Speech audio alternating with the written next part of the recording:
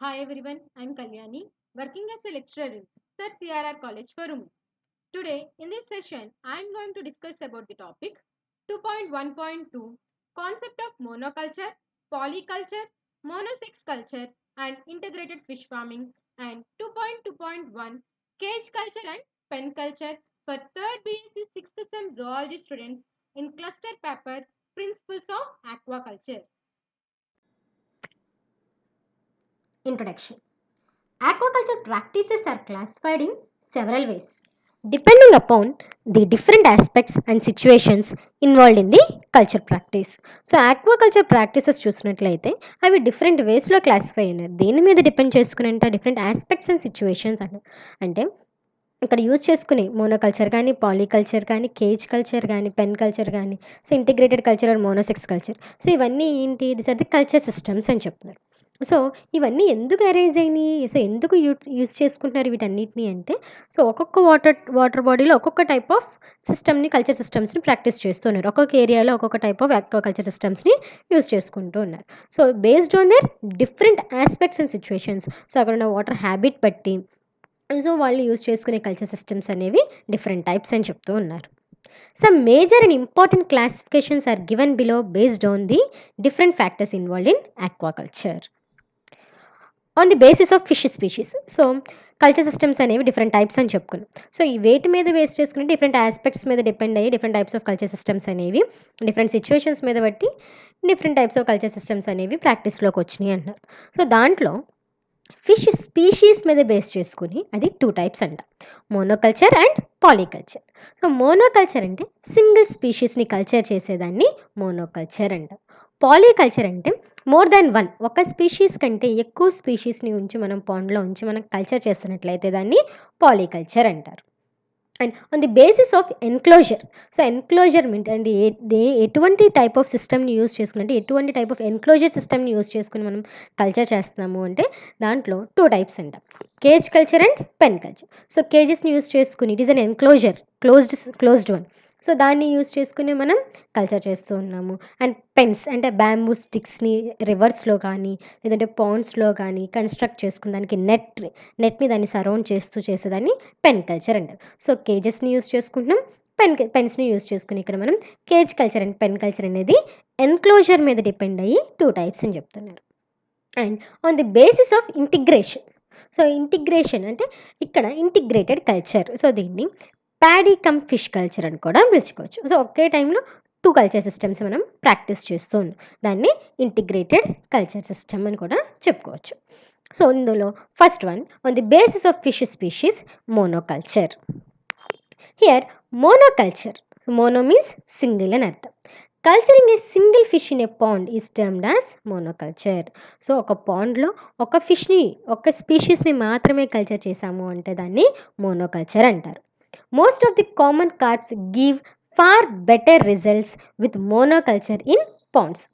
So అది most of the common carps ఎక్కువగా మనం ఈ యొక్క ఆక్వాకల్చర్ సిస్టంలో అంటే మెయిన్గా మోనోకల్చర్లో మనం ఎక్కువగా యూస్ చేసే స్పీషీస్ ఏంటంట కామన్ కార్ప్. ఎందుకంటే it is giving the better result అని చెప్తూ ఉన్నారు.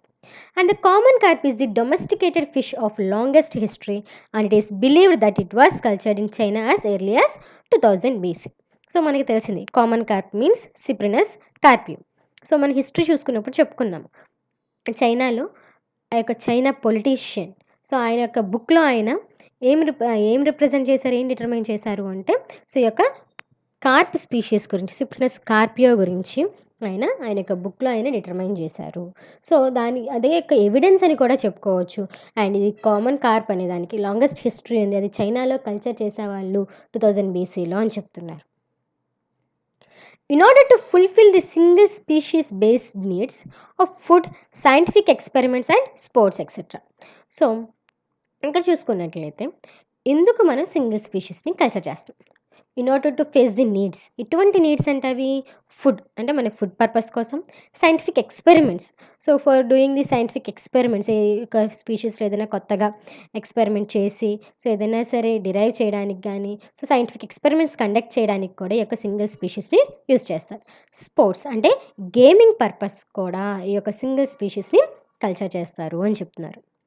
Single species of fishes are cultured in a fish farm or pond. So single స్పీషీస్ని ఎక్కడ కల్చర్ చేస్తారు? ఒక ఫిష్ ఫార్మ్ని కానీ తీసుకుని, లేదంటే పాండ్ని కానీ తీసుకుని కల్చర్ చేస్తారు అని చెప్తున్నారు. At times single species culture is promoted because of their high demand in markets. So ఈ యొక్క సింగిల్ స్పీషీస్ని ఎందుకు కల్చర్ చేశారు? ఈ యొక్క కల్చర్ అనేది ఎందుకు ప్రమోట్ అయ్యింది అంటే due to it's high demand in markets. మార్కెట్లో యొక్క సింగిల్ స్పీషీస్ డిమాండ్ ఎక్కువగా ఉండడం వల్ల వీటి యొక్క కల్చర్ అనేది స్టార్ట్ అయ్యింది. సో ఎక్కువగా ప్రమోట్ చేస్తున్నారు అంటున్నారు. Thus, monoculture refers to the culture and breeding of a single fish species in a farm. So monoculture, అందుకనే మోనోకల్చర్ అంటే culturing and breeding of a single species. ఒక ఫామ్లో ఒక సింగిల్ స్పీషీస్ యొక్క కల్చర్ని అండ్ దానికి బ్రీడింగ్ని చేయడమే మోనోకల్చర్ అంటారు అని చెప్తున్నారు. Breeding performance of a single species can be easily observed and recorded in a monoculture system. So ఇలా సింగిల్ స్పీషీస్ని మనం కల్చర్ చేస్తున్నట్లయితే దాని యొక్క బ్రీడింగ్ ఏంటి, బ్రీడింగ్ హ్యాబిట్ ఏంటి, ఫీడింగ్ హ్యాబిట్ ఏంటి, అది ఎలా గ్రో అవుతుంది, సో ఇవన్నీ ఈజీగా మనం అబ్జర్వ్ చేసుకుని రికార్డ్ చేసుకోవచ్చు. సో ఈజీ మానిటరింగ్ అనేది జరుగుతుంది అని కూడా చెప్పుకోవచ్చు. Additionally it does not involve any competition for feed and space among fishes. So అన్ని సేమ్ స్పీషీస్ ఉంటాయి కాబట్టి ఎటువంటి కాంపిటీషన్ ఉండదు. ఫుడ్ పర్పస్ కోసం కానీ స్పేస్ పర్పస్ కోసం కానీ ఎటువంటి కాంపిటీషన్ అనేది ఉండదు. సో మనం పర్టికులర్ పాయింట్లో లిమిటెడ్ నెంబర్ ఆఫ్ ఫిషెస్ని వేసి మనం మోనోకల్చర్ చేసినట్లయితే ఎక్కువ ఫుడ్కి కాంపిటీషన్ ఉండదు, స్పేస్కి కూడా కాంపిటీషన్ ఉండదు అని చెప్తున్నారు. Next one, the culture of trout, tilapia, cat fish and carps are typical examples of monoculture. So మోనోకల్చర్కి ఎక్కువగా యూజ్ చేసే స్పీషీస్ ఏంటి అంటే trout, tilapia, cat fish, carps etcetera అని చెప్పుకోవచ్చు. అంటే ఈ యొక్క 4 ఫిష్ స్పీషీస్ని ఎక్కువగా మోనోకల్చర్కి యూజ్ చేస్తూ ఉంటారు. And monoculture in intensive system is commonly practice for high value marketable fish species. So ఈ యొక్క మోనోకల్చర్ని ఎందుకు ఎక్కువగా ఇంటెన్సివ్ సిస్టంలో ప్రాక్టీస్ చేస్తారు అంటే for making the high value and marketable fish species అని చెప్తున్నారు. It is the only method of culture used in recirculating system.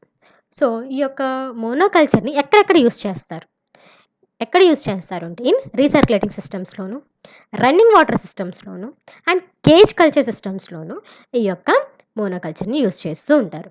ఎందుకు అంటే సో ఈ యొక్క మోనోకల్చర్ యొక్క యూజ్ ఏంటి అంటే తక్కువ food supply, so natural food అనేది తక్కువగా ఉన్న చోట్ల ఈ యొక్క మోనోకల్చర్ సిస్టమ్ని యూజ్ చేసుకోవచ్చు.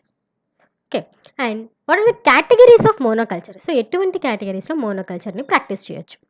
Fresh water culture, marine water culture and brackish water culture. So fresh వాటర్స్లోను, మెరైన్ వాటర్స్లోను, బ్రాకిష్ వాటర్స్లోను ఈ యొక్క మోనోకల్చర్ని మనం ప్రాక్టీస్ చేయొచ్చు.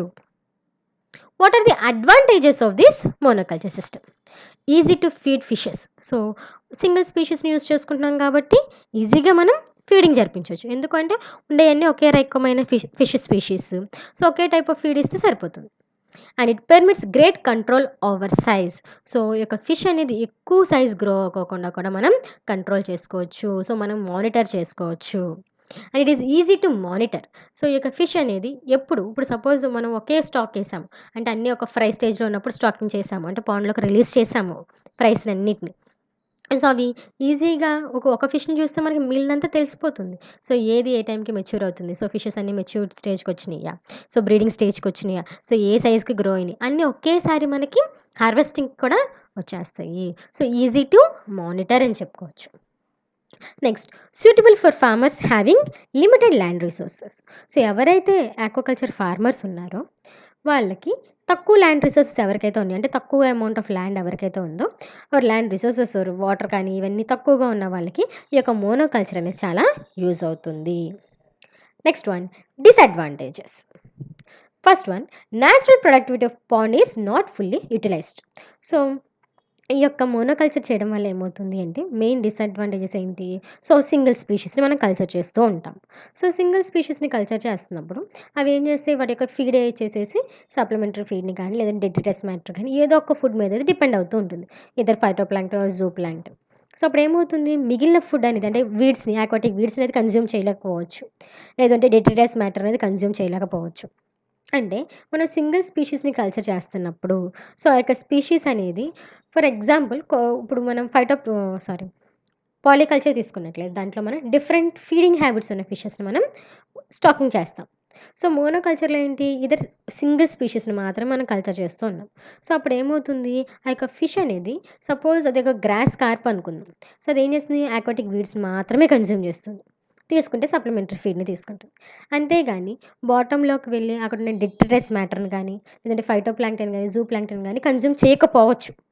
అప్పుడు ఏమవుతుంది, కొంత అమౌంట్ ఆఫ్ ఆ యొక్క పాండ్లో ఉన్న న్యాచురల్ ప్రొడక్షన్ అనేది కొంత అమౌంట్ మాత్రమే అది యూటిలైజ్ చేసుకుంటుంది, మిగిలినంత వేస్ట్గా అయిపోతుంది. So it is the disadvantage అని చెప్పుకోవచ్చు. Next, available space or ecological niches in water column are not fully utilized. So ఇప్పుడు సపోజ్ మనం సర్ఫేస్ ఫీడర్ కట్లా తీసుకుందాము. సో అదేమవుతుంది, పైన ఫైటో ప్లాంక్టన్ జూ ప్లాంక్టన్ వీటిని మాత్రమే కన్జ్యూమ్ చేస్తుంది. సో బాటమ్కి రాదు, సైడ్స్కి వెళ్ళదు, కాలమ్కి రాదు. సో అప్పుడు ఏమవుతుంది, సో అప్పర్ ఏరియా ట్రాఫిక్ లెవెల్స్లో ఫస్ట్ ట్రాఫిక్ లెవెల్లో మాత్రమే అది యూటిలైజ్ చేసుకుంటుంది, మిగిలిన వాటిని అది use చేసుకోలేకపోతుంది.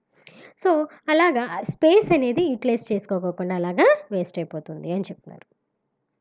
In case of disease outbreaks, greater chance of yield loss are there. So ఇప్పుడు ఒకవేళ ఒక చేపకు కానీ ఏదైనా సరే బ్యాక్టీరియల్ డిసీజ్ కానీ వైరల్ డిసీజ్ కానీ ఏదైనా fin rot or gill rot ఏమైనా వచ్చింది అంటే ఈజీగా స్ప్రెడ్ అయిపోతుంది అన్నిటికీ. సో అన్నిటికీ ఒకే టైప్ ఆఫ్ రెసిస్టెన్స్ ఉంటుంది. సో అన్ని స్పీషీస్ ఒకే రకంగా ఉంటాయి, ఒకే టైప్ ఆఫ్ స్పీషీస్ మనం కల్చర్ చేస్తున్నాం. సో ఒకదానికి ఏదైనా డిసీజ్ వచ్చిందంటే అది ఈజీగా స్ప్రెడింగ్ అనేది జరుగుతుంది. And cannibalism may also be possible among fish. So కెనిబాలిజం అంటే ఈటింగ్ దేర్ ఓన్ స్పీషీస్ అని అర్థం.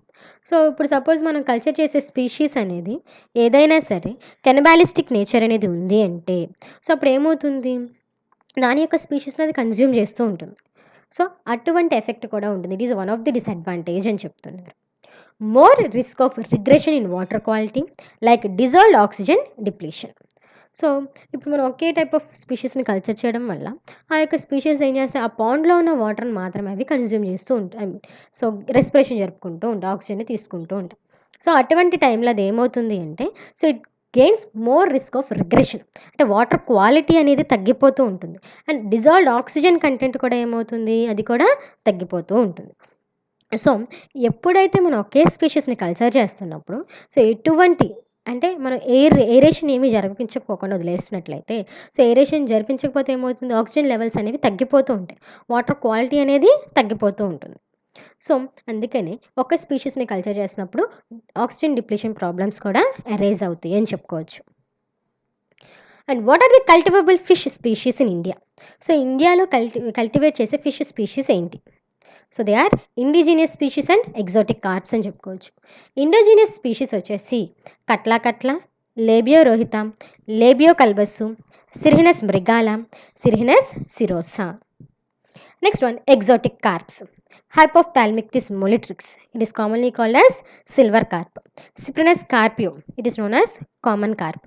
Tinopharyngodon idella, it is commonly known as grass carp.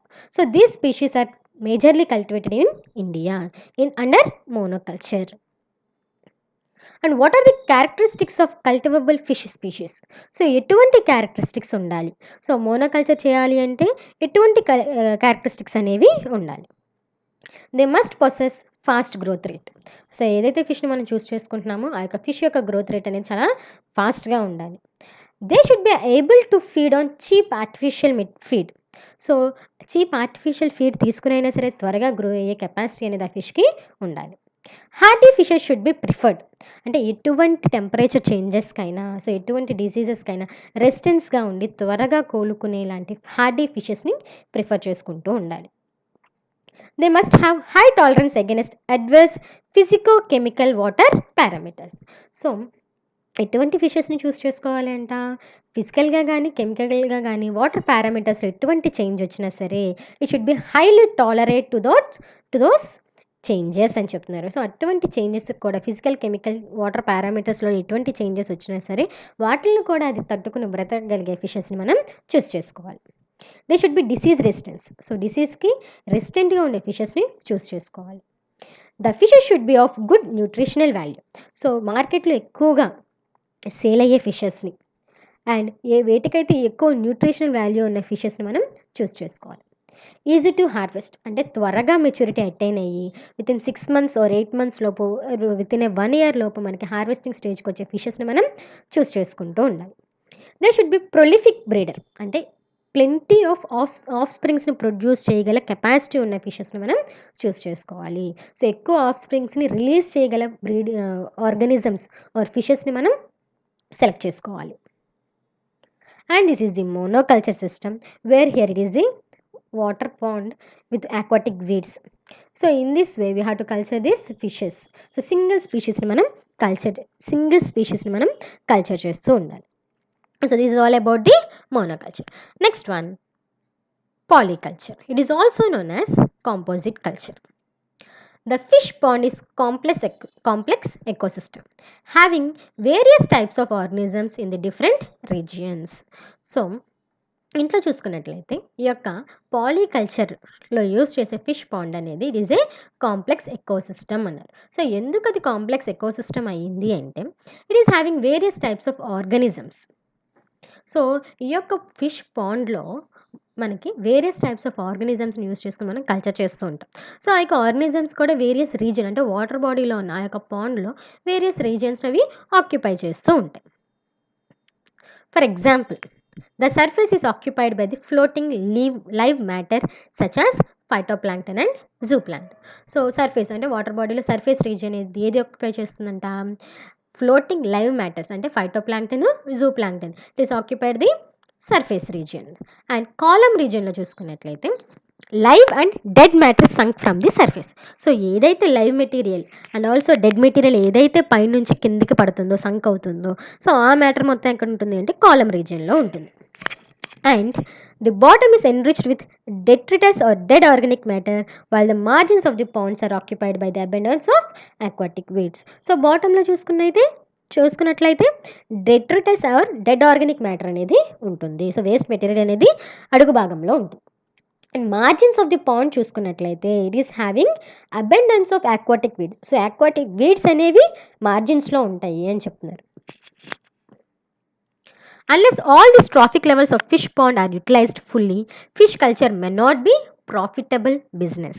So ఇక్కడ ఏమవుతుంది అంటే ఈ యొక్క ట్రాఫిక్ లెవెల్స్ ఏవైతే surface region, column region, bottom region and మార్జిన్స్లో చూసుకున్నట్లయితే సో ఇట్లా ఉండే ఈ యొక్క న్యాచురల్ ప్రొడక్షన్ మొత్తం కంప్లీట్గా యూటిలైజ్ చేసుకోలేకపోతే, ఈ ట్రాఫిక్ లెవెల్స్ అన్నింటిలో ఫిషెస్ని మనం రిలీజ్ చేయకపోతే, అటువంటి టైప్ ఆఫ్ ఫిషెస్ని మనం యూస్ చేసుకోలేకపోతే సో మనం చేసే యొక్క బిజినెస్ అనేది ఆక్వాకల్చర్ సిస్టమ్ అనేది ప్రాఫిట్ రాదు. So it is not be A profitable business అని చెప్తున్నారు. సో ఒక మన పాండ్లో మనం ఆక్వాకల్చర్ పాండ్ని కన్స్ట్రక్ట్ చేసుకున్నాము అంటే ఇక పాలీకల్చర్ సిస్టమ్ మనం యూటిలైజ్ చేసుకుంటున్నాం, పాలీకల్చర్ సిస్టమ్ మనం ప్రాక్టీస్ చేస్తున్నాము అంటే దాంట్లో అన్ని ట్రాఫిక్ లెవెల్స్ని యూజ్ చేసుకునే ఫిషెస్ని మనం స్టాకింగ్ చేసుకోవాలి. అండ్ ఆ యొక్క ఫిషెస్ ఏమవ్వాలి, అన్ని ఏరియాస్ని యూటిలైజ్ చేసుకునే కెపాసిటీ అనేది ఆ ఫిషెస్కి ఉండాలి. సో అప్పుడే మనం చేసే యొక్క ఫిష్ కల్చర్ అనేది ప్రాఫిటబుల్ బిజినెస్ కింద ఉంటుంది అని చెప్తున్నారు. And the composite fish culture also termed as mixed fish farming. So ఇక్కడ మనం పాలీకల్చర్ అంటే using more than a single species. So ఒక స్పీషీస్ కంటే ఎక్కువ స్పీషీస్ని మనం కల్చర్ చేస్తూ ఉన్నాం ఒక సింగిల్ పాండ్లో ఉంచుకుని. సో అందుకనే దీన్ని కాంపోజిట్ ఫిష్ కల్చర్ అన్నారు. అండ్ దీంట్లో డిఫరెంట్ టైప్స్ ఆఫ్ ఫిషెస్ని మిక్స్ చేసి మనం కల్చర్ చేస్తున్నాం కాబట్టి దీన్ని మిక్స్డ్ ఫిష్ ఫార్మింగ్ అని కూడా చెప్పుకోవచ్చు. Polyculture or mixed fish farming or composite fish culture is defined as the culture of fast growing. So ఈ యొక్క పాలీకల్చర్ కానీ mixed fish farming and composite fish culture ఎలా డిఫైన్ చేశారు అంటే it is the culture of. So ఎటువంటి వాటిని మనం culture చేస్తాము అంటే ఫాస్ట్ గ్రోయింగ్, త్వరగా గ్రో అయ్యి, కంపాటబుల్ స్పీషీస్ అంటే ఎటువంటి డిస్టర్బెన్సెస్, సో ఎటువంటి కాన్ఫ్లిక్ట్స్ రాని ఫిషెస్ని మనం యూజ్ చేసుకుంటున్నాం ఇక్కడ.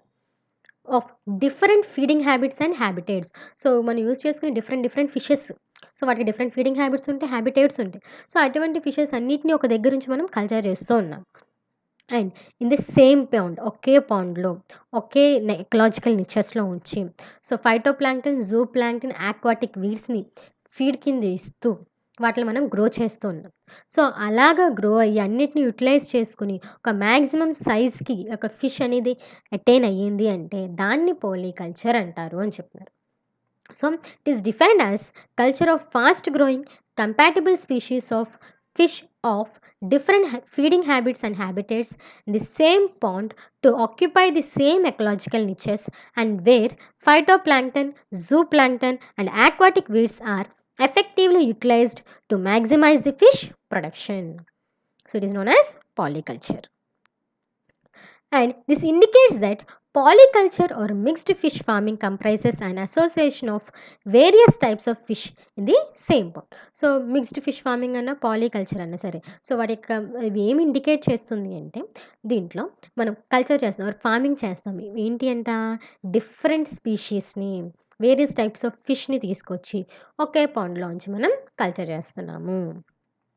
The objective of this type of fish culture is to select and grow fishes of different feeding habits together in order to exploit all types of food available in different regions of the pond. So, ఎందుకు ఈ యొక్క కల్చర్ని మనం ఎందుకు మన ఈ యొక్క fish కల్చర్ని చేస్తాం, దీని యొక్క మెయిన్ ఆబ్జెక్టివ్ ఏంటి అంటే, సో ఇక్కడ మనం ఎటువంటి టైప్ ఆఫ్ ఫిషెస్ని తీసుకోవాలి అంట, సో ఎటువంటి ఫిషెస్ని మనం గ్రో చేయాలి అనుకోవాలి అంట, సో ఏవైతే ఫిషెస్ అనేవి ఆ యొక్క పాండ్లో ఉన్న అన్ని ఏరియాస్ని అవి యూటిలైజ్ చేసుకోగలం. అంటే ఇక్కడ మనం యూస్ చేసే ఫిషెస్ అనేవి so different fishes which are having different feeding habits. So వాటిని డిఫరెంట్ ఫీడింగ్ హ్యాబిట్స్ ఉన్న ఫిషెస్ని తీసుకొచ్చి మనం ఒక పాండ్లో రిలీజ్ చేసాము అంటే, ఒకటి సర్ఫేస్ ఫీడర్ అవ్వచ్చు, ఒకటి కాలం ఫీడర్ అవ్వచ్చు, ఇంకొకటి వచ్చేసి బాటమ్ ఫీడర్ అవ్వచ్చు. సో అలాగా సో ఓవరాల్గా ఇంకొకటి వచ్చేసి హెర్బివరస్ ఆక్వాటిక్ ఫీడ్స్ని కన్జ్యూమ్ చేసే ఫిష్ అవ్వచ్చు. సో అలాగే డిఫరెంట్ టైప్స్ ఆఫ్ స్పీషీస్ని మనం తీసుకొచ్చి ఒక పాండ్లో రిలీజ్ చేసినప్పుడు ఆ ఫిషెస్ ఏం చేస్తాయి, ఓవరాల్గా పాండ్లో ఉన్న న్యాచురల్ ప్రొడక్టివిటీని మొత్తం అది యూస్ చేసుకుంటూ ఉంటాయి. The productivity and fish production can be increased substantially through the inputs of quality fish seeds, fertilizers, manures and feeds. So ఇంట్లో చూసుకున్నట్లయితే ఈ యొక్క పాండ్ ప్రొడక్టివిటీ కానీ ఫిష్ ప్రొడక్షన్ కానీ ఎలా ఇంక్రీజ్ చేయొచ్చు. సో దేని ద్వారా ఇంక్రీజ్ చేయొచ్చు అంట, by giving the inputs. So ఎటువంటి ఇన్పుట్స్ నా యొక్క వాటర్లోకి రిలీజ్ చేయాలి అంటే క్వాలిటీ ఫిష్ సీడ్. సో మనం కల్చర్ చేస్తున్నప్పుడు ఏదైతే ఫిష్ సీడ్ మనం తీసుకుంటున్నామో it should be best quality అని చెప్తున్నారు. అండ్ ఫెర్టిలైజర్స్, యూజ్ చేసే ఫెర్టిలైజర్స్ అనేవి ఇట్ షుడ్ బి బెస్ట్ అని కూడా చెప్పుకోవచ్చు. అండ్ మెన్యూస్ అండ్ ఫీడ్స్ కూడా బెస్ట్ క్వాలిటీ తీసుకొచ్చి మనం వాటిని కనుక రిలీజ్ చేసినట్లయితే మన యొక్క పాండ్ ప్రొడక్టివిటీ కానీ ఫిష్ ప్రొడక్షన్ కానీ ఇంక్రీజ్ అవుతుంది. Most of the fish farmers still confined in the traditional practices. So ఇప్పటికీ ఫిష్ ఫార్మర్స్ ఎవరైతే ఈ యొక్క ఫిష్ని ఫామ్ చేసే వాళ్ళు ఉన్నారో, సో ఫిష్ని కల్చర్ చేసే వాళ్ళు ఉన్నారో, వాళ్ళు ఇప్పటికీ ట్రెడిషనల్ ప్రాక్టీసెస్ని ఫాలో అవుతున్నారంట. A stage has been reached in polyculture sector where it may be essential to shift from traditional culture to more advanced method of cultivation. So ఇప్పుడు ఎటువంటి స్టేజ్ అనేది వచ్చిందంట, పాలీకల్చర్ సెక్టార్ అనేది it is becoming essential. So ఎలా shift అవుతున్నారంటే traditional system నుంచి advanced మెథడ్స్ని follow అయ్యే కల్టివేషన్ మెథడ్స్ అనేవి ఇప్పుడు అందరూ అడాప్ట్ చేసుకుంటున్నారు. స్లోగా ట్రెడిషనల్ మెథడ్స్ నుంచి ఆర్టిఫిషియల్ మెథడ్స్లోకి అందరూ చేంజ్ అవుతున్నారు, షిఫ్ట్ అవుతున్నారు అని చెప్తున్నారు. Previously monoculture was widely practised in India. So ఇండియాలో చూసుకుంటే మనం ఎక్కువగా మోనోకల్చర్నే ప్రాక్టీస్ చేస్తూ ఉన్నాం. సో దానివల్ల మనకి ఈల్డ్ ఎంత వస్తుంది అంటే 300 to 500 kg per hectare per year of fish. So ఒక ఇయర్కి వచ్చేసి 300 నుంచి 500 kg ఆఫ్ ఫిష్ అనేది మనకి అవైలబుల్గా ఉంటుంది. సో మోనోకల్చర్ ద్వారా during the past 2 to 3 decades. So past 2 to 3 decades చూసుకున్నట్లయితే అడ్వాన్స్ టెక్నాలజీస్ని యూస్ చేస్తున్నారు. సో వాటి అప్లికేషన్ వల్ల మన యొక్క కంట్రీలో ఈ యొక్క ప్రొడక్షన్ అనేది చేంజ్ అయ్యింది. So 300 to 500 kg per hectare per year of fish నుంచి so it has increased the amount అని చెప్పుకోవచ్చు. ఈ యొక్క ఫిగర్ అనేది చేంజ్ అయింది. సో మోనోకల్చర్ ప్రాక్టీస్ నుంచి మనం పాలీకల్చర్ ప్రాక్టీస్లోకి అండ్ అడ్వాన్స్ టెక్నాలజీస్ని మనం యూటిలైజ్ చేసుకోవడం వల్ల మన యొక్క ఫిష్ ప్రొడక్షన్ అనేది ఇంక్రీజ్ అయ్యింది అని చెప్తున్నారు. Using carp species of different feeding habitats in a single water body, fish production has been dramatically increased. So, ఇక్కడ ఏం చెప్తున్నాడు, using Corp species of different feeding habitats. So okay water బాడీలో different కార్ప్స్ని అంటే different Corp species so వాటికి ఉండే different feeding హ్యాబిటెట్స్ని use చేసుకోవడం వల్ల అటువంటి ఫిషెస్ని కనుక మన యొక్క పాలీకల్చర్ సిస్టంలో అంటే పాండ్లో రిలీజ్ చేయడం వల్ల మన యొక్క ఫిష్ ప్రొడక్షన్ అనేది డ్రామాటికల్గా ఇంక్రీజ్ అవుతుంది అని చెప్తున్నారు. Average yield of fish through polyculture using 3 Indian major carps has been reported to be 3000 kg per hectare. So మన యొక్క యావరేజ్ ఈల్డ్ వచ్చేసి మన యొక్క కంట్రీ యొక్క యావరేజ్ ఈల్డ్ అనేది ఒక పాలీకల్చర్ సిస్టమ్ ద్వారా, సో దాంట్లో కూడా ఇండియన్ మేజర్ క్రాప్స్ అంటే catla, labeo and cirrhinus mrigal, so ఈ మూడింటిని యూస్ చేసుకోవడం వల్ల మన యొక్క కంట్రీ ఇన్కమ్ అనేది so it has been 3000 kg per hectare అని చెప్తున్నారు. సో 3000 kg per hectare of production అనేది మనకి ఈ యొక్క మేజర్ క్రాప్స్ని మనం పాలీకల్చర్ యూటిలైజ్ చేసుకోవడం వల్ల యావరేజ్ ఈల్డ్ అనేది 3000 kg per hectare వచ్చింది అని చెప్తున్నారు. What are the scientific principles of polyculture? So what is the main objective? So it is to produce maximum fish per hectare water spread area in minimum period of time. So minimum period of టైంలో మనకి maximum ఫిష్ని, so per hectare water spread area అన్నారు. So minimum పీరియడ్లో maximum ఫిష్ని produce చేయగల capacity అనేది ఒక పాలీకల్చర్కి ఉంది అని చెప్తున్నారు. The scientific principles underlying it are, so ఇట్లా ఎలా ఇవ్వగలదు, సో పాలీకల్చర్ సిస్టమ్ ద్వారా మినిమం పీరియడ్ టైంలో మ్యాక్సిమం ఫిషెస్ని మనకి ఎలా ఇవ్వగలదు. In polyculture fast growing and non predatory fish as well as edible fish species are cultured together. So polyculture వల్ల మనకి ఎందుకు హై ఈల్డ్ అనేది వస్తుంది, సో మినిమం టైంలో ఎక్కువ ప్రొడక్షన్ అనేది మనకి ఎలా రాగలుగుతుంది అంటే, సో ఇక్కడ మనం యూస్ చేసుకునే ఫిష్ అనేది ఎలా ఉండాలంట, fast growing and non predatory, so త్వరగా గ్రో అవ్వాలి, సో ఎటువంటి ప్రిడేషన్ చూపించకూడదు, ఇంకొక ఫిష్ని అది వేటాడి తినకూడదు. And as well as edible fish species అంటే అందరూ ఇష్టపడే అందరూ తినగలిగిన ఫిషెస్ని మనం కల్చర్ చేసుకుంటూ ఉండాలి. They are able to utilize food organisms and supplementary feed. So ఎటువంటి ఫిషెస్ని మనం చూస్ చేసుకుంటున్నామంటే ఇక్కడ యూటిలైజ్ ఫుడ్ ఆర్గానిజమ్స్ అంటే జూ ప్లాంక్టన్ కానీ ఫైటో ప్లాంక్టన్ కానీ అండ్ సప్లిమెంటరీ ఫీడ్ని మనం ఏది ఇచ్చినా సరే అది కన్జ్యూమ్ చేయగలిగిన ఫిషెస్ని మనం కల్చర్ చేయాలి. Stocking of different compatible fish species which has much shorter food chain is made in suitable combination and numbers. So ఇంట్లో చూసుకున్నట్లయితే stocking of different compatible fish species, so ఎటువంటి ఫిష్ స్పీషీస్ మనం introduce చేసుకోవాలి అంటే polyculture సిస్టంలోకి అంటే పాండ్లోకి, so different compatible fish species అంటే ఎటువంటి డిస్టర్బెన్స్ క్రియేట్ చేయని, ఎటువంటి కన్ఫ్లిక్ట్స్ తీసుకురాని ఫిషెస్ని మనం స్టాకింగ్ చేసుకోవాలి. అండ్ ఆ యొక్క ఫిషెస్ కూడా ఫుడ్ చైన్ చాలా షార్ట్గా ఉండాలి, సో లాంగర్ ఫుడ్ చైన్ కాకుండా షార్టర్ ఫుడ్ చైన్ ఉన్న ఫిషెస్ని మనం తీసుకోవాలి. అండ్ ఇలా తీసుకోవడం వల్ల ఏమవుతుంది అంటే మనకి బెటర్ రిజల్ట్ అనేది వస్తుంది అని చెప్తున్నాం. A proportionate mixture of naturally compatible fish species introduced which a pond can support.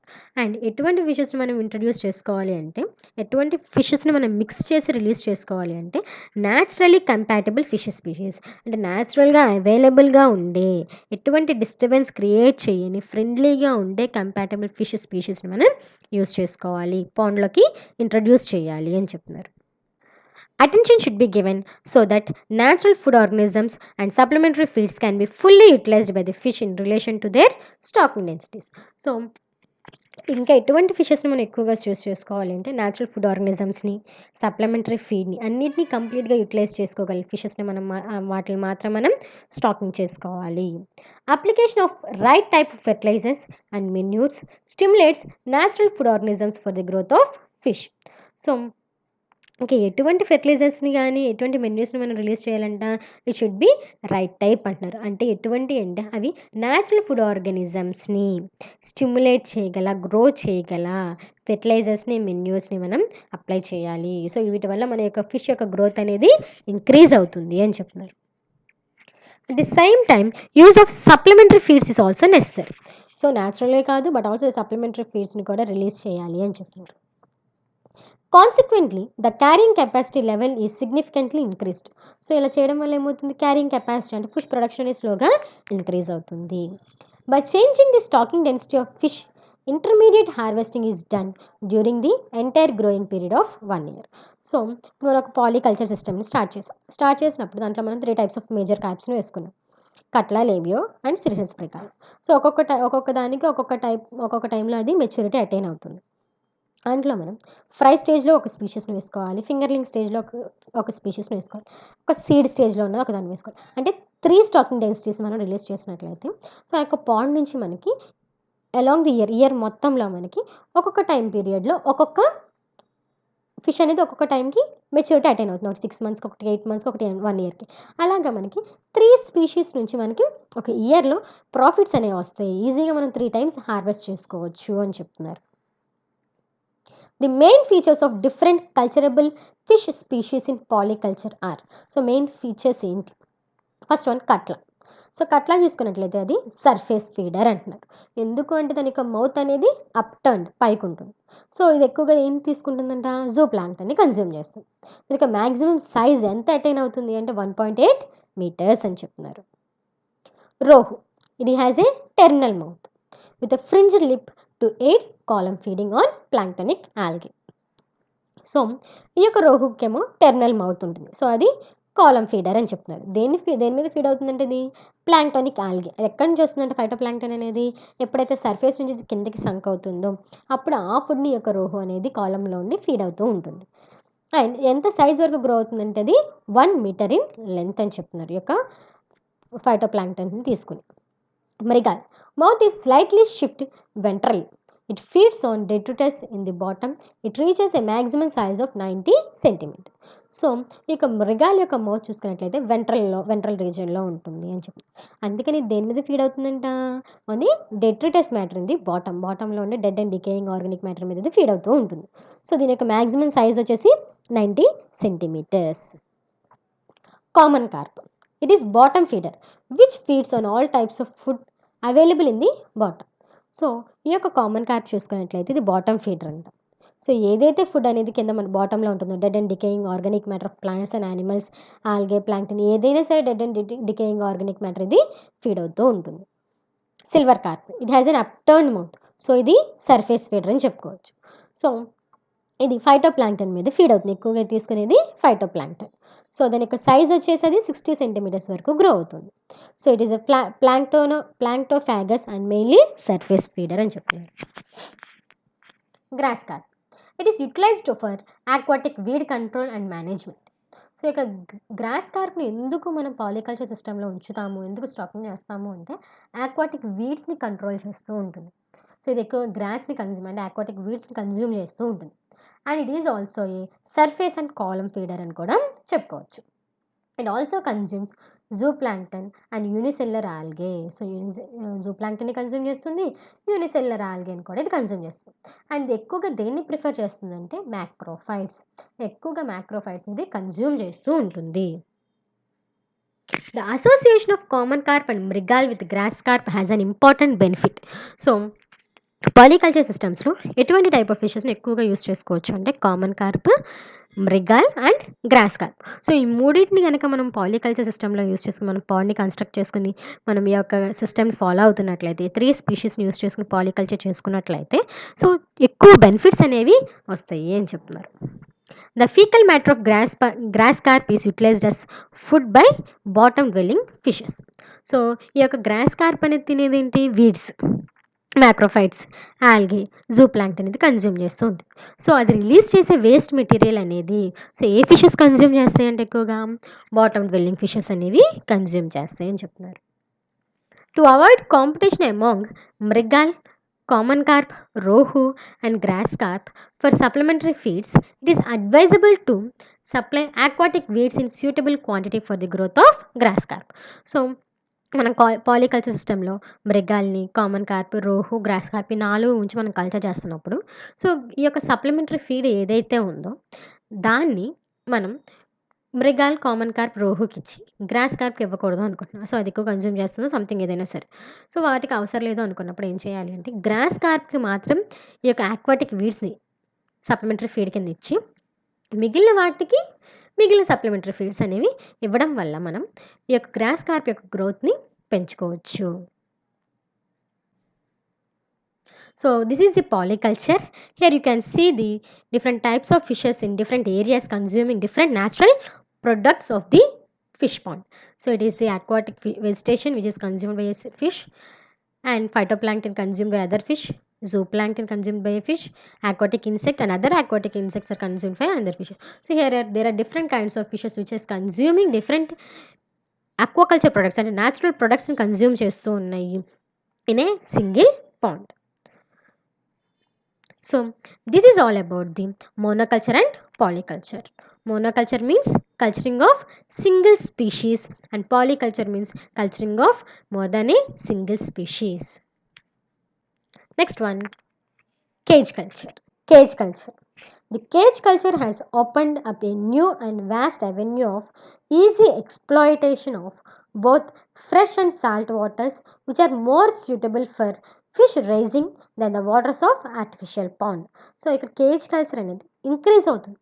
So అది ఏం చెప్తుంది? It has given and chance. ఏ ఛాన్స్ ఇచ్చింది అంటే for new and vast avenue of easy exploitation. So usage ఈజీగా use చేసుకుంటున్నాం. వేటిని use చేసుకోవడానికంటాం? Fresh water, salt water resources. So దేనికోసం అంట? Fish raising. సో ఆర్టిఫిషియల్గా పాండ్స్ని క్రియేట్ చేసుకుని సో ఫిష్ని రైజ్ చేయడానికి ఒక కేజ్ కల్చర్ సిస్టమ్ని మనం యూజ్ చేసుకుంటున్నాము. సో ఈ యొక్క కేజ్ కల్చర్ సిస్టమ్ వల్ల మనకి ఈజీ ఎక్స్ప్లాయిటేషన్ అనేది జరుగుతుంది. Easy usage of those fresh water and salt water resources for production of fishes అని చెప్తున్నారు. The advantage offered by cage culture is the great stocking density, which is possible in a small available space. So cage culture system వల్ల మనకి ఎక్కువ stacking డెన్సిటీని చేసుకునే ఒక chance ఉంటుంది. అలాగే తక్కువ స్పేస్లో ఎక్కువ స్టాకింగ్ చేసుకునే ఒక ఛాన్స్ అనేది ఉంటుంది. It is one of the advantage అని చెప్తున్నారు. In cage culture, though fish remain in confinement, the water is available in plenty, and it is the running nature of water which is the key for greater fish production.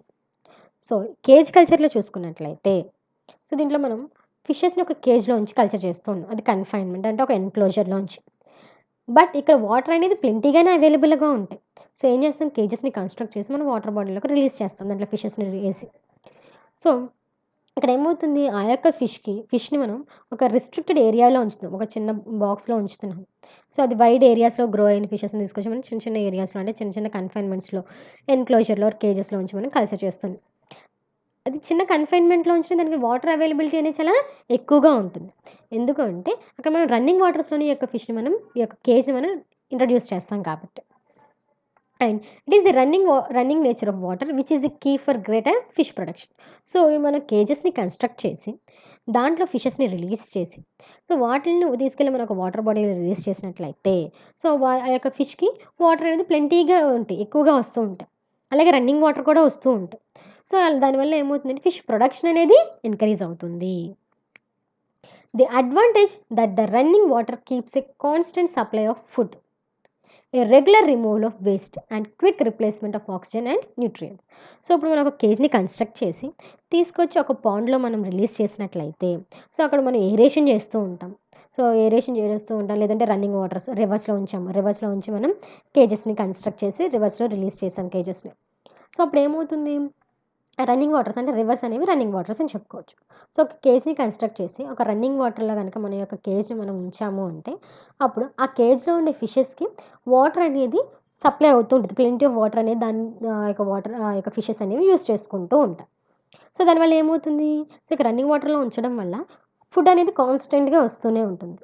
అలాగే waste అనేది బయటికి remove అయిపోతూ ఉంటుంది. ఎప్పటికప్పుడు new oxygen and nutrients అనే ఫిష్కి అవైలబుల్గా ఉంటాయి. That's the common problem of density, that is over population does not exist. So మనం కేజ్లో ఎన్నైతే ఫిషెస్ పట్టగలమో అన్ని మాత్రమే మనం ప్లేస్ చేస్తాం, దానికి మించి మనం ప్లేస్ చేయలేము. ఎందుకంటే అది కన్ఫైన్డ్ ఏరియా అంటే ఎన్క్లోజర్ కాబట్టి. సో ఓవర్ పాపులేషన్ అనే ఒక సిచ్యువేషన్ అనేది ఉండదు అని చెప్పుకోవచ్చు. This is very less investment in cage culture there is very less investment in cage culture with substantially high returns. So ఈ యొక్క కేజ్ కల్చర్ వల్ల మనకి తక్కువ ఇన్వెస్ట్మెంట్ పెట్టుకున్నా సరే ఎక్కువ ప్రాఫిట్ అనేది వస్తుంది. The cage culture has made it possible to culture different varieties which are difficult to culture through pond culture. So ఈ యొక్క కేజ్ కల్చర్ సిస్టమ్ ద్వారా మనం పాండ్ కల్చర్ చేయలేని స్పీషీస్ని కూడా కల్చర్ చేసుకోవచ్చు అంట. సో ఆ యొక్క అడ్వాంటేజ్ అనేది ఉంది. సో కేజ్ కల్చర్ సిస్టంలో మనం డిఫరెంట్ వెరైటీస్ని ఏవైతే మనం పాండ్ కల్చర్లో డిఫికల్ట్గా ఫీల్ అవుతామో పాండ్ కల్చర్ చేయాలనుకునే ఫిషెస్ ఏవైతే మనం అవి కష్టం అనుకుంటాం అటువంటి స్పీషీస్ని కూడా కేజ్ కల్చర్ యూస్ చేసుకొని మనం కల్చర్ చేయవచ్చు అని చెప్తున్నారు. The cage culture is being practiced at present in large number of countries utilizing variety of fishes. So cage culture అనేది చాలా కంట్రీస్ ఫాలో అవుతుంది. సో వాళ్ళు వేరియస్ వెరైటీస్ ఆఫ్ ఫిషెస్ని యూస్ చేసుకుని వేరియస్ కేజెస్ని కన్స్ట్రక్ట్ చేసుకుని వాళ్ళు ఈ యొక్క కేజ్ కల్చర్ని ప్రాక్టీస్ చేస్తున్నారు. cages are made of galvanized steel wire frames with nylon meshes in Japan and America. So జపాన్లోనే అమెరికాలో చూసుకున్నట్లయితే గాల్వనైజ్డ్ స్టీల్ వైర్ ఫ్రేమ్స్ని నైలాన్ మెషెస్ని యూజ్ చేసుకుంటున్నారు.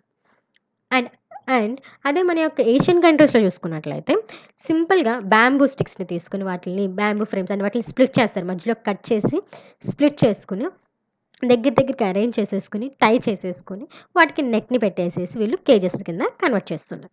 సో అలాగా కేజెస్ అనేవి హై కాస్ట్తో చేసుకోవచ్చు, లో కాస్ట్తో కూడా చేసుకోవచ్చు. The cages are either fixed or left floating by means of floats attached to them. So ఈ యొక్క కేజెస్ని మనం ఉంచితే ఫ్రీగా ఉంచేయచ్చు, ఫ్రీగా ఫ్లోటింగ్ దానికి ఫ్లోట్స్ అటాచ్ చేసుకుని, అంటే ఫ్లోటింగ్కి యూజ్ అయ్యే ఈ యొక్క స్పాంజెస్ కానీ థర్మోకాల్ షీట్స్ కానీ ఏదైనా ఫ్లోట్స్ అటాచ్ చేసి వాటిని ఆ యొక్క వాటర్ బాటిల్లో ఫ్లోటింగ్ జరిపేలాగా, అంటే అదేంటి పాండ్స్లోనే ఫ్లోటింగ్ జరిపేలాగా ఫ్లోటింగ్ కేజెస్ని కన్స్ట్రక్ట్ చేసుకోవచ్చు. లేదంటే ఫిక్స్డ్ కేజెస్ అంటే వెయిట్స్ ఇవ్వాలన్నమాట, కింద వెయిట్స్ ఇచ్చి బాటంలో వెయిట్స్ ఇచ్చి వాటిని మనం ఒక ఏరియాలో ఫిక్స్డ్ అయ్యేలాగా కూడా వాటిని మనం కన్స్ట్రక్ట్ చేసుకోవచ్చు. The size of cage varies. So cage sizes అనేవి వ్యారీ అవుతూ ఉంటాయి. The commonly used cage size has a surface area of about 10 square kilometres. So ఎక్కువగా యూజ్ చేసే కేజ్ సైజ్ ఎంతంట 10 స్క్వేర్ కిలోమీటర్స్ అని చెప్తున్నారు. So here you can see a cage. So ఈ ప్లేస్లో మనం ఈ యొక్క రింగ్ టైప్ని మనం గాల్వనైజ్డ్ స్టీల్ ఫ్రేమ్స్, ఇక్కడ ఒక ఫ్రేమ్ కింద పెట్టుకోవచ్చు. అండ్ ఈ మధ్యలో యూస్ చేసేది నైలాన్ మెషెస్. సో ఇది జపాన్లోనే అమెరికాలోనే యూస్ చేస్తూ ఉంటారు. సో ఇక్కడ చూసుకున్నట్లయితే ఇవి వెయిట్స్, కింద సింక్ అయిపోవడానికి యూజ్ అయ్యే వెయిట్స్ ఇవి. సో మనం ఫ్లోటింగ్ జరపాలనుకున్నప్పుడు ఏం చేయాలంటే ఇక్కడ ఫ్లోట్స్ని కన్స్ట్రక్ట్ చేస్తూ ఉండాలి. సో ఇలాగ మనం కేజెస్ని కన్స్ట్రక్ట్ చేసుకోవచ్చు. సో కింద కూడా మెష్ వేస్తాం. సో ఈ పై నుంచి మన ఫిషెస్ని రిలీజ్ చేస్తాం. క్లోజ్ చేసుకోవాలంటే ఇటు క్లోజ్ చేసుకోవచ్చు, లేదు అంటే ఓపెన్గా ఉంచుకోవచ్చు. సో ఇట్ ఈస్ ఈ cage system. List of fishes utilised for cage culture in various countries. Tilapia in Egypt and Guatemala. So ఇటువంటి ఫిష్ స్పీషీస్ని ఏ కంట్రీస్లో యూస్ చేసుకుంటారు. ఈజిప్ట్ అండ్ గోటమెల్లాలో చూసుకుంటే తిలాపియా ఫిష్ని కేజ్ కల్చర్కి యూస్ చేస్తారంట. అండ్ కాంబోడియాలో చూసుకుంటే ఎనబాస్ అండ్ ఒఫియోసెఫాలస్ స్పీషీస్ అంటే చెన్నా స్పీషీస్ని, ఎనబాస్ స్పీషీస్ని కాంబోడియాలో యూటిలైజ్ చేసుకుంటారు కేజ్ కల్చర్కి. Common carp. So cyprinus carpio అయితే ఇండోనేషియా, జపాన్ అండ్ రష్యాలో కేజ్ కల్చర్కి యూస్ చేసుకుంటారు. కాంబోడియాలో చూసుకుంటే బార్బస్ స్పీషీస్ని కూడా కేజ్ కల్చర్కి యూస్ చేసుకుంటూ ఉంటారు. క్యాట్ ఫిష్ దాంట్లో పెంగాషియస్ స్పీషీస్ని ఎక్కువగా కాంబోడియా అండ్ థాయిలాండ్లో యూస్ చేస్తారు. ఛానల్ క్యాట్ ఫిష్ని వచ్చేసి అమెరికాలో. Pacific salmon oncorhynchus species in Japan. Trout in Japan. Yellowtail seriola in Japan. So ఇలాగ ఒక్కొక్క కంట్రీలో ఒక్కొక్క టైప్ ఆఫ్ ఫిష్ స్పీషీస్ని కేజ్ కల్చర్ సిస్టమ్కి యూస్ చేసుకుంటూ ఉంటారు. And India. సో ఇండియాలో చూసుకుంటే కేజ్ కల్చర్ సిస్టమ్ అనేది is practised in Assam, Bihar and Karnataka states in swamps. So స్వామ్స్లో ఈ యొక్క కేజ్ కల్చర్ సిస్టమ్ని యూస్ చేస్తారండి. ఏ ఏరియాస్లో అంటాం? Assam, Bihar and Karnataka states. So స్వామ్స్లో పెరిగే ఫిషెస్ ఏంటి? Air breathing fishes. So last క్లాస్లో మనం డిస్కస్ చేసుకున్నాం. సో ఎయిర్ బ్రీతింగ్ ఫిషెస్ అనేవి so they can breathe directly from the atmosphere air. So అట్మాస్ఫియర్లో ఉన్న ఆక్సిజన్ ఈజీగా ఇవి డైరెక్ట్గా ఇవి బ్రీతింగ్ చేసుకునే కెపాసిటీ అనేది ఒక ఎయిర్ బ్రీతింగ్ ఫిషెస్కి ఉంటుంది అని చెప్పారు. సో అందుకనే ఇండియాలో చూసుకున్నట్లయితే ఈ యొక్క ఎయిర్ బ్రీతింగ్ ఫిషెస్ని స్వామ్స్లో కేజ్ కల్చర్ సిస్టమ్ని యూస్ చేసుకుని కల్చర్ చేస్తూ ఉంటారు. సో అవి ఏంటి అంట? Clarias, heteropneustes fossilis and other fishes such as channa and anabas. So మన యొక్క ఇండియాలో యూస్ చేసుకునే ఫిష్ స్పీషీస్ వచ్చేసి ఎక్కువగా ఎయిర్ బ్రీతింగ్ క్యాట్ ఫిషెస్. అవి clarias, heteropneustes, channa punctatus or channa species and anabas. These are utilized for cage culture in India. The cages are made of split bamboo mats. So మన యొక్క కంట్రీలో చూసుకున్నట్లయితే bamboo స్టిక్స్ని తీసుకుని వాటిని split చేసుకుని మధ్యలో cut చేసుకుని చిన్న చిన్న బద్దల్లాగా చేసుకుని వాటి ద్వారా కేజెస్ని కన్స్ట్రక్ట్ చేస్తారు. సో వాటిలో ఫ్రేమ్స్ని ఎంత మెజర్తో అంటే 2 meters height, 1 meter 1 meter. So ఇక లెంత్ అండ్ విడ్త్ అనేవి 2 meters, 1 meter into 1 meter. So అలాగా 3 sides 3 మెజర్మెంట్స్లో ఈ యొక్క కేజెస్ని కన్స్ట్రక్ట్ చేస్తూ ఉంటారు. The cage culture of mystus is tried on big rivers while sardines are utilised in coastal marine waters. So మన యొక్క కంట్రీలో చూసుకుంటే మిస్టెస్ స్పీషీస్ని బిగ్ రివర్స్లో ఉంచి కేజ్ కల్చర్ ద్వారా ట్రై చేశారు. సార్డైన్ స్పీషీస్ని వచ్చేసి కోస్టల్ మెరైన్ వాటర్స్లో ఉంచి కేజ్ కల్చర్ ద్వారా కల్చర్ చేశారు. Is a cage culture system. So ఇక్కడ కేజ్ చూసుకున్నట్లయితే is the open area. So ఇక్కడ బ్యాంబూ ఫ్రేమ్స్ అనేవి పెట్టారు. సో ఇక్కడేమో నెట్ అనేది పెట్టారు. సో ఇవి ఫ్లోట్స్. సో ఇది మనకి ఫ్లోటింగ్. సో ఫ్లోటింగ్ కేజ్ స్ట్రక్చర్కి ఇది ఎగ్జాంపుల్. ఇది వెయిట్ సింకర్స్. సో దీని లోపల ఇదంతా నెట్, ఇదంతా ఫ్రేమ్. సో ఇలా ఇలా పెట్టుకోవడం వల్ల ఏమవుతుందంటే దీని లోపలికి ఫిషెస్ని రిలీజ్ చేస్తూ ఉంటారు. సో ఇలా రిలీజ్ చేయడం వల్ల ఫిషెస్ అనేవి కేజ్లో సర్క్యులేట్ అవుతూ ఉంటుంది. సో ఈ మెష్కి ఏంటి హోల్స్ ఉంటాయి కాబట్టి దీన్ని రన్నింగ్ వాటర్స్లో కానీ లేదంటే పాండ్స్లో కానీ ఉంచడం వల్ల వాటర్ అనేది ఫ్లో అయ్యి బయటకు పోతూ ఉంటుంది. అలా ఫిష్కి ఎప్పుడు న్యూట్రియంట్స్ కానీ ఫుడ్ కానీ ఆక్సిజన్ కానీ సప్లై అవుతూ ఉంటుంది.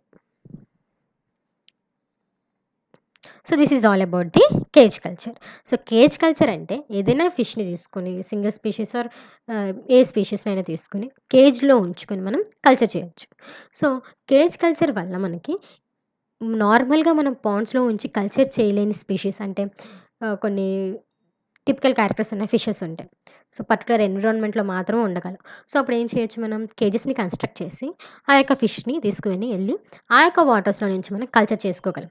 సో పాండ్ కల్చర్లో చేయలేని డిఫరెంట్ స్పీషీస్ని కూడా కేజ్ కల్చర్ని యూస్ చేసుకుని మనం కల్చర్ చేయొచ్చు అని చెప్పుకోవచ్చు. Pen culture. Fish can be cultured in the lakes and offshore areas with the help of special pens erected for fish production. So ఫిషెస్ని మనం లేక్స్లో ఉంచి లేదంటే ఆఫ్షోర్ ఏరియాస్లో కూడా కల్చర్ చేయొచ్చు. దేని యొక్క హెల్ప్తో అంట, with the special pens. So these are the pens. Here we are using the bamboo sticks. So ఇలా స్టిక్స్ని ఒక పాండ్ని తీసుకొని అది డెప్త్ తక్కువగా ఉన్న పాండ్ని తీసుకొని దాంట్లో ఇలాగ మనం పెన్స్ని క్రియేట్ చేయాలి. అంటే ఇవి బ్యాంబూ స్టిక్స్ని ఇలాగ కన్స్ట్రక్ట్ చేసుకొని దాని చుట్టూరు కిందన దాన్ని సరౌండ్ చేస్తూ కూడా నెట్ని ఇలా పెట్టుకోవాలి. సో ఇట్లా ఉండే స్ట్రక్చర్స్ని ఇట్లా కన్స్ట్రక్ట్ చేసుకుని పాండ్ ఇలా కన్స్ట్రక్ట్ చేసుకుని మనం ఫిష్ కల్చర్ చేసినట్లయితే దాన్ని పెన్ కల్చర్ అంటారు. Fish culture in pens has been done in Israel, Scotland for years. So ఇక పెన్ కల్చర్ అనేది ఎక్కడ ఎక్కువగా యూస్ చేసేవాళ్ళు అంటే in Israel and Scotland. And is now being practised in some Asian countries also. So ఇప్పుడు మన present చూసుకున్నట్లయితే మన ఏషియన్ కంట్రీస్లో కూడా ఈ యొక్క పెన్ కల్చర్ని యూస్ చేసుకుంటున్నారు. Pens are constructed from bamboo or wooden poles that are forced down into the lake or shore bottom. So ఏం చేస్తారంటే ఇక్కడ పెన్స్ అంటే బ్యాంబూ స్టిక్స్ని కానీ వుడెన్ పోల్స్ని కానీ తీసుకుని ఇక లేక్లో కిందకి గుచ్చుతారు, మట్టిలోకి గుచ్చుతారు. సో గుచ్చి దాని చుట్టూరు నెట్ని పెడతారు. The nets are strung from the poles to pole to form and enclosure. So ప్రతి ఒక్క పోల్ నుంచి పోల్కి నెట్స్ని పెట్టి సో ఒక ఎన్క్లోజర్ కింద క్రియేట్ చేస్తారు. సో ఇక్కడ చూసుకున్నట్లయితే ఇది ఒక పాండ్. సో డెప్త్ తక్కువగా ఉన్న పాండ్. దీంట్లో ఈ యొక్క బ్యాంబూ స్టిక్స్ని కానీ వుడెన్ పోల్స్ని కానీ పెట్టి సో చూడండి ఇక్కడ ప్రతి దానికి నెట్ని ఇలాగా సరౌండ్ చేసి ఉంచారు. సో ఇలా పెట్టడం వల్ల ఏమవుతుందంటే ఈ యొక్క ఫిషెస్ అనేవి బయటికి ఎస్కేప్ అవ్వకుండా ఉంటాయి. The nets are anchored into the lake bottom with the help of weights or sinkers and the fish are placed inside the pen for culture. So ఈ యొక్క నెట్స్ అనేవి ఎలా పెట్టాలంటే పోల్స్ నుంచి పోల్స్కి పెడతాం. సో లేక్ బాటంలో అవి కరెక్ట్గా ఉండాలి, స్టిఫ్గా ఉండాలి అంటే వాటికి ఏదైనా వెయిట్ కానీ సింకర్స్ కానీ పెట్టడం వల్ల మా యొక్క పొజిషన్లో అవి అలాగా ప్రజెంట్ అయి ఉంటాయి. Fish grown in pens can be controlled a little better than fish in cages because pens are larger and provide more area with more amount of food materials. So పెన్స్కి కేజెస్కి డిఫరెన్స్ ఏంటి అంటే fish కేజెస్లో అయితే limited number, పెన్స్లో అయితే ఎక్కువ మనం pond ఏరియాని use చేసుకుంటున్నాం కాబట్టి లార్జ్ ఏరియా అనేది ఉంటుంది కాబట్టి ఎక్కువ ఫుడ్ మెటీరియల్ ఇచ్చి మనం ఫిష్ని త్వరగా గ్రో చేయొచ్చు compare to the kgs. Fish pens placed in productive lakes have provided very good result in the past. So ఏం చెప్తున్నారు ఇక్కడ, ఫిష్ పెన్స్ అనేవి ప్లేస్డ్ ఇన్ ప్రొడక్టివ్ లేక్స్ అంటే ఎక్కువ ప్రొడక్షన్ ఇచ్చే ఏరియాస్ అంటే ప్రొడక్టివ్ లేక్స్ అంటే ఇక్కడ వీడ్స్ కానీ జూ ప్లాంక్టన్ కానీ ఫైటో ప్లాంక్టన్ కానీ ఎక్కువగా ఉన్న లేక్స్లో కూడా మనం పెన్స్ని యూస్ చేసుకొని ఫిష్ ప్రొడక్షన్ చేయొచ్చు. So it also gives a better result, పాస్ట్లో ఎక్కువ మంచి రిజల్టే ఇచ్చిందంట అని చెప్తున్నారు. In a fish pen Placed in a major lake in Philippines, silver carps stocked at 7 grams gained an average of 4 grams a day in a 52-day growing period. So ఏం చేశారంట, fish పెన్ని construct చేశారు. ఎక్కడ? ఫిలిప్పైన్స్లో. ఒక major lake in ఫిలిప్పైన్స్లో ఉండే major లేక్లో ఈ యొక్క fish పెన్స్ని construct చేశారు. దాంట్లో సిల్వర్ కార్ప్స్ని స్టాకింగ్ చేసుకున్నారు. అది ఎంత వెయిట్ ఉన్నప్పుడు? 7 గ్రామ్స్ వెయిట్ ఉన్నప్పుడు. అండ్ ఎంత వెయిట్ గెయిన్ అయిందంట? ఒక రోజుకి వచ్చేసి 4 గ్రామ్స్ గెయిన్ అవుతూ ఉంది. అండ్ 50-day గ్రోయింగ్ పీరియడ్లో. సో 52 గ్రోయింగ్ పీరియడ్లో అది రోజుకి వచ్చి ఒక 4 గ్రామ్స్ గ్రో అయ్యింది అని చెప్తున్నారు. Advantages of pens. సో ఎటువంటి అడ్వాంటేజెస్ అనేవి ఉన్నాయి?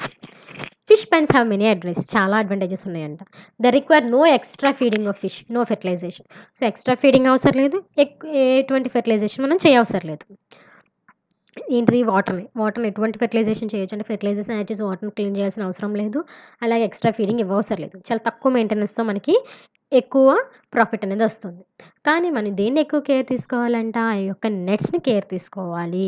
సో ఆ నెట్స్ అనేవి డిస్టర్బ్ అవ్వకోకుండా, అవి డిస్ట్రాయ్ అవ్వకుండా జాగ్రత్తగా కేర్ తీసుకోవాలి అని చెప్తున్నారు. The fishes are stocked and harvested later at the end of their growing season. So ఫిషెస్ని స్టాకింగ్ కానీ హార్వెస్టింగ్ కానీ ఎప్పుడు చేయొచ్చు అంటే at the end of their growing season అప్పుడు వాటిని మనం స్టాకింగ్ ఆర్ హార్వెస్టింగ్ అనేది చేయొచ్చు. Fish pens can work in an area where the water is not much productive, but in these areas the fish must be fed supplementary feed. So ఈ యొక్క fish పెన్స్ని మనం water అనేది not much product అంటే zoo plankton, phytoplankton, aquatic weeds లేని వాటర్స్లో కూడా మనం culture చేయొచ్చు. కానీ ఏమి ఇవ్వాలంట? అడిషనల్గా సప్లిమెంటరీ ఫీడ్ని మనం ఇస్తూ ఉండాలి ఫిష్ గ్రోత్ కోసం. Feeding rings are used so that food will stay in the pen and not float out into the water. So feeding rings అనేవి పెట్టి ఫీడ్ని రిలీజ్ చేస్తూ ఉండాలి. సో అలా చేయడం వల్ల ఏమవుతుంది అంటే ఫీడ్ అనేది వచ్చింది ఆ యొక్క ఏరియాలోనే ఉంటుంది, ఫ్లోట్ అవ్వకుండా, వాటర్లో ఫ్లోట్ అయ్యి అటు ఇటు పోకోకుండా ఆ యొక్క ఏరియాలో మాత్రమే ఫీడ్ అనేది ఉంటూ ఉంటుంది. Fish in pens are usually caught utilising gillnets and seines. So పెన్లో ఉన్న ఫిషెస్ అనేవి ఎప్పుడైతే మెచ్యూరిటీకి అటైన్ అయ్యిందో వాటిని ఎలా క్యాచ్ చేయొచ్చు అంటే by using the gillnets and seines అని చెప్తున్నారు. Disadvantages of pens. సో ఈ పెన్స్ యొక్క డిసడ్వాంటేజ్ ఏంటి? మెయిన్ అడ్వాంటేజ్ వచ్చేసి ఎక్స్పెన్సివ్ టు బిల్డ్. సో ఎక్కువ కాస్ట్తో కూడున్నదంట ఇది. The netting used must be to nylon or plastic so that it does not rot and poles must be treated so that they do not become waterlogged and rot. So ఎందుకు ఇది ఎక్కువ కాస్ట్తో కూడినది అంటే ఆ యొక్క poles కానీ లేదంటే wooden sticks కానీ ఆ వాటర్ వల్ల అవి పాడైపోకుండా ఉండడానికి చూసుకోవాలి, మంచి క్వాలిటీ యూస్ చేసుకోవాలి. అలాగే ఏదైతే నెట్ యూస్ చేస్తామో అది నైలాన్ నెట్ కానీ ప్లాస్టిక్ నెట్ కానీ అయి ఉండాలి. ఎందుకంటే ఆ వాటర్కి అది పాడవకోకుండా ఉండేలాగా, కొంతకాలం ఉండేలాగా మంచి క్వాలిటీ ఉన్న వాటిని చూస్ చేసుకోవాలి కాబట్టి. In the Philippines it cost about $1,428. So US డాలర్స్లో చూసుకున్నట్లయితే ఫిలిప్పీన్స్లో యొక్క కాస్ట్ అనేది $1,428 అవుతుందంట.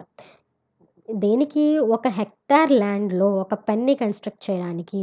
సో దాని యొక్క నైలాన్ నెట్టింగ్ కానీ బ్యాంబూ పూల్స్ కానీ కాస్ట్ వచ్చేసి $1,428 అవుతుంది అని చెప్తున్నారు ఫిలిప్పైన్స్లో. A pen can be destroyed by a severe storm but a pond will not be destroyed. So pens అనేవి పడిపోవచ్చు, పెద్ద పెద్ద గాలులు వచ్చినాయి, ఎదురు గాలులు వచ్చినప్పుడు ఈ పెన్స్ అనేవి పడిపోవచ్చు.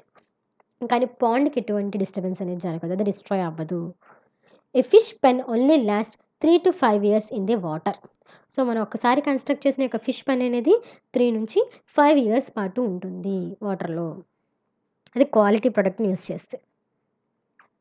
Fish pens are usually built in the shallow areas of lake. So ఎప్పుడు ఫిష్ పెన్స్ని ఎక్కడ కన్స్ట్రక్ట్ చేసుకోవాలి? షాలో ఏరియాస్లో కన్స్ట్రక్ట్ చేయాలి. Where they use space many fish need to feed and small. So ఎందుకు షాలో ఏరియాస్ని చూస్ చేసుకోవాలి అంటే, సో ఎందుకు ఫిషెస్ని మనం షాలో ఏరియాస్లో కన్స్ట్రక్ట్ చేయాలి? సో షాలో ఏరియాస్ అంటే డెప్త్ తక్కువ ఉంటాయి. సో ఈజీగా మనం పెన్స్ని అంటే ఆ యొక్క బ్యాంబూ స్టిక్స్ని భూమిలోకి పాతొచ్చు.